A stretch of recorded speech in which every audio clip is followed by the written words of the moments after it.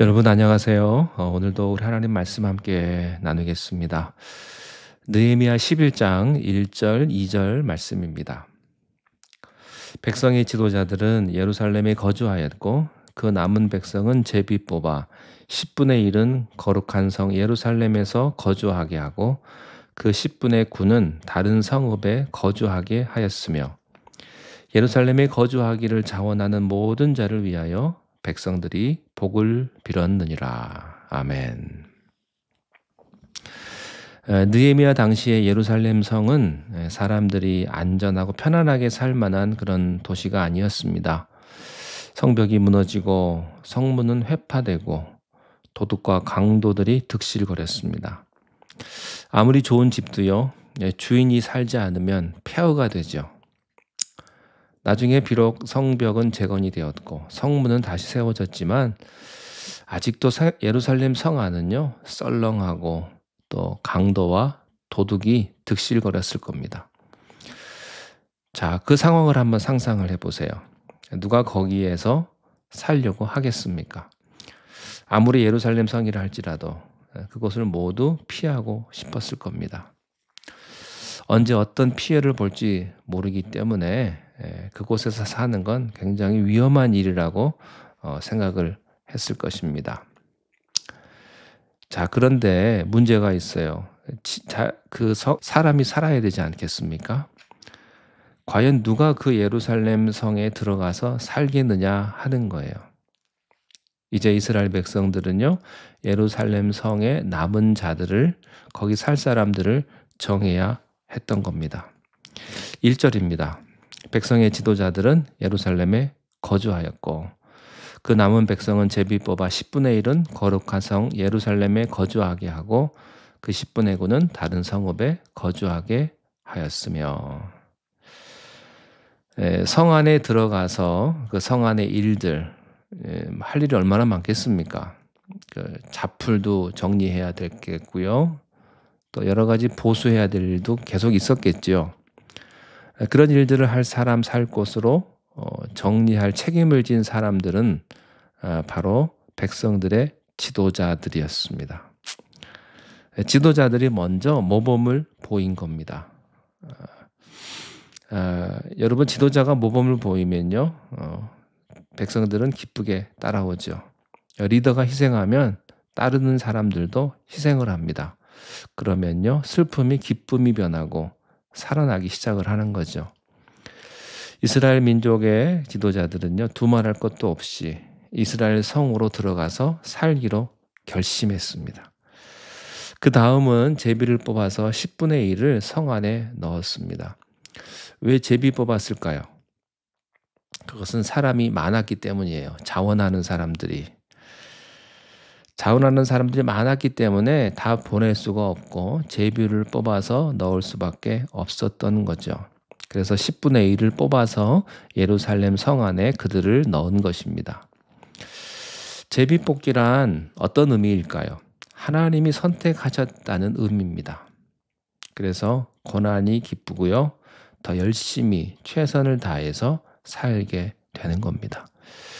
이 제비 뽑기는요, 여호수아 때 나오죠. 여호수아가 가나안 땅에 들어가서 땅을 분배할 때도 쓰인 방법입니다.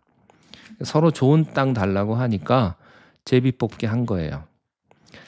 이스라엘 백성들이 왕을 세워달라고 할 때도 제비를 뽑았습니다.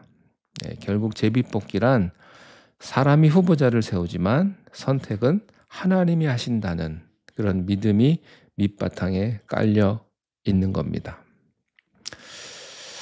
이스라엘 성 안에 들어가 살기 원하는 사람은 많았습니다. 그러나 하나님은 10분의 1만 그 성에 들어가도록 허락하셨습니다. 성 안에 들어간 사람들은 어떻게 살았을 거예요? 그들은 고통과 고난을 두려워하지 않았을 겁니다. 아무리 위험한 밤에도요, 무섭지 않았을 거예요. 그들은 그곳에서 하나님의 부름을 받고 들어간 사람들이었기 때문입니다. 2절 말씀에 보면 예루살렘에 거주하기를 자원하는 모든 자를 위하여 백성들이 복을 빌었느니라. 자, 제비 뽑히지 않은 10분의 9에 해당하는 사람들이 있습니다. 그들은 성 밖에 살았습니다.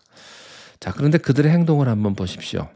비록 자신들이 성 안에 들어가 살지 못하게 됐지만, 그래서 예루살렘 성전을 복구하는 일에 참여하지는 못했지만 성 안에서 지내게 사람들을 축복하고 응원을 해주는 사람이 되었습니다.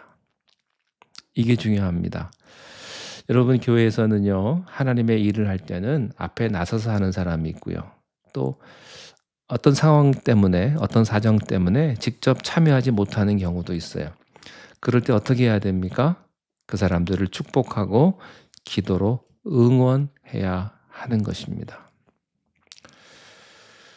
느헤미야 7장 4절 말씀에 보면 그 성읍은 광대하고 그 주민은 적으며 가옥은 미처 건축하지 못하였음이라.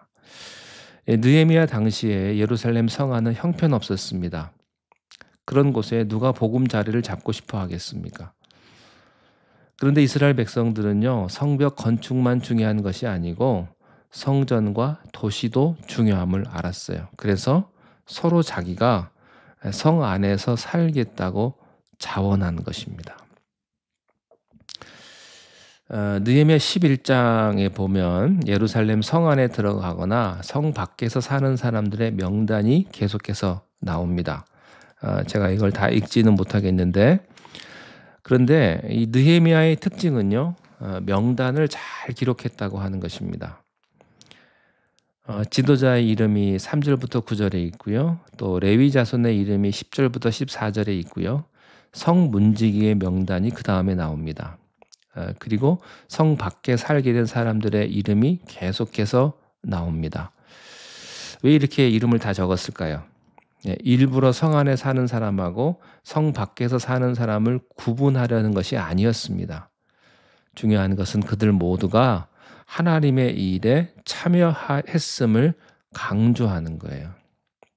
들어간 사람이나 들어가지 못한 사람이나 어떤 위치에 있는 사람이든지 함께 하나님의 일에 참여하는 것입니다. 성벽은 이미 세워졌고 성 안에 도로를 다시 건설하고 건물도 다시 짓게 되었습니다. 아마 그 생활은 매우 고단했을 거예요. 그러나 그들은 기쁨으로 감당했을 것입니다. 여기서 우리는요, 하나님의 백성들의 열정과 헌신을 보게 됩니다. 여러분, 이것이 진정한 교회의 모습입니다. 앞장서서 가는 사람도 있고 뒤따라 가는 사람도 있습니다. 그러나 우리는 다 하나님의 백성이요, 한 가족이요, 한 형제 자매인 것입니다. 서로를 위해서 기도하고 서로 힘을 합칠 때 하나님께서는 우리의 삶 가운데 놀라운 은혜와 축복을 더해 주시는 줄로 믿습니다. 오늘 하루도 주님의 인도하심이 여러분 가정에 함께 하시기를 주님의 이름으로 축원합니다. 기도하겠습니다. 하나님 아버지, 감사합니다. 오늘도 우리에게 주신 주님의 사명을 잘 감당하게 하시고 어떤 사람을 만나든 하나님의 마음으로 그들을 대하게 하시고 하나님의 얼굴을 대하는 것처럼 그들 가운데 참된 하나님의 축복과 은혜를 나누어 줄 수 있는 그러한 마음을 우리 모두에게 허락하여 주시옵소서. 아무리 힘들고 어려운 상황일지라도 주님이 함께 하심으로 우리가 담대함으로 승리케 하시고 어떤 일을 만나든 주님 앞에 감사할 수 있는 믿음을 하나님 허락하여 주시옵소서. 예수님 이름으로 기도하옵나이다. 아멘.